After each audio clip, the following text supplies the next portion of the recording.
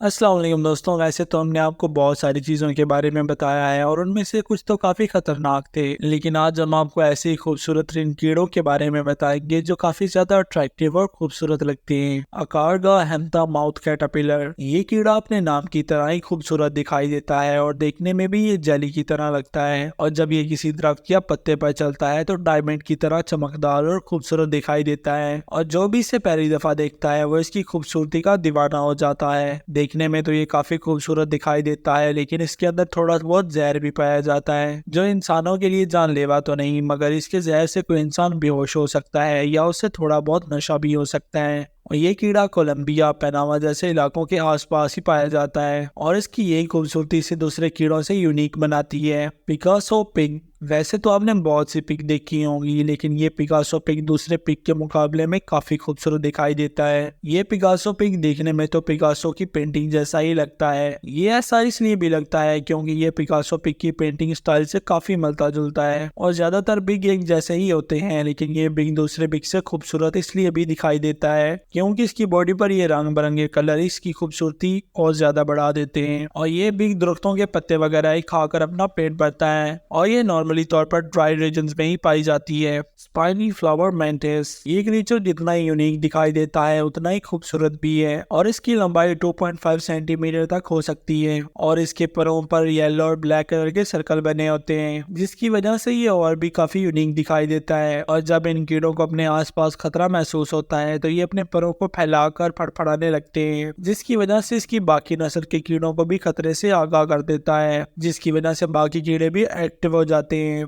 Spotted tortoise shell beetle, ये कीड़ा north America में पाया जाता है और ये पत्तों के आसपास ही नजर आता है, और ये अपने इसी सुनहरे और भूरे शेल की वजह से और भी खूबसूरत दिखाई देता है। और इसके ऊपर ये पतली सी शेल मौजूद होती है जिसकी वजह से भी इसका ये नाम रखा गया है। और इसकी लंबाई 6.8 मिलीमीटर होती है, और इसकी बॉडी की बनावट गोल होती है, और जब इस क्रीचर को कोई खतरा महसूस होता है तो ये अपनी बॉडी को अपने होल के अंदर छुपा लेता है, जैसे कछुआ अपनी बॉडी को होल के अंदर छुपा लेता है। पांडा आंट, जैसा कि आप देख रहे हैं ये खूबसूरत सा कीड़ा पांडे की तरह दिखाई देता है, जिसकी वजह से भी इसका ये नाम रखा गया है। और इनके मादा के पैर नहीं होते जिसकी वजह से भी इन्हें चूंटियां कहा जाता है, और ये उसी की तरह ही डंक मारता है, और इसके डंक मारने पर काफी ज्यादा दर्द होता है और उसी जगह पर सूजन भी हो जाता है। और ये रेगिस्तानी इलाकों में पाए जाते हैं क्योंकि इन्हें रेत में रहना पसंद होता है। ये कीड़ा वाकई में पांडा की तरह काफी क्यूट दिखाई देता है। एक्रियोप्टेरा फेलेक्स, दोस्तों जैसा कि आप जानते हैं ये कीड़ा बहुत सारे कलर और रंग रूप में होते हैं, और ये बाज जगहों पर बैठे हों तो हमें इतनी आसानी से दिखाई भी नहीं देता,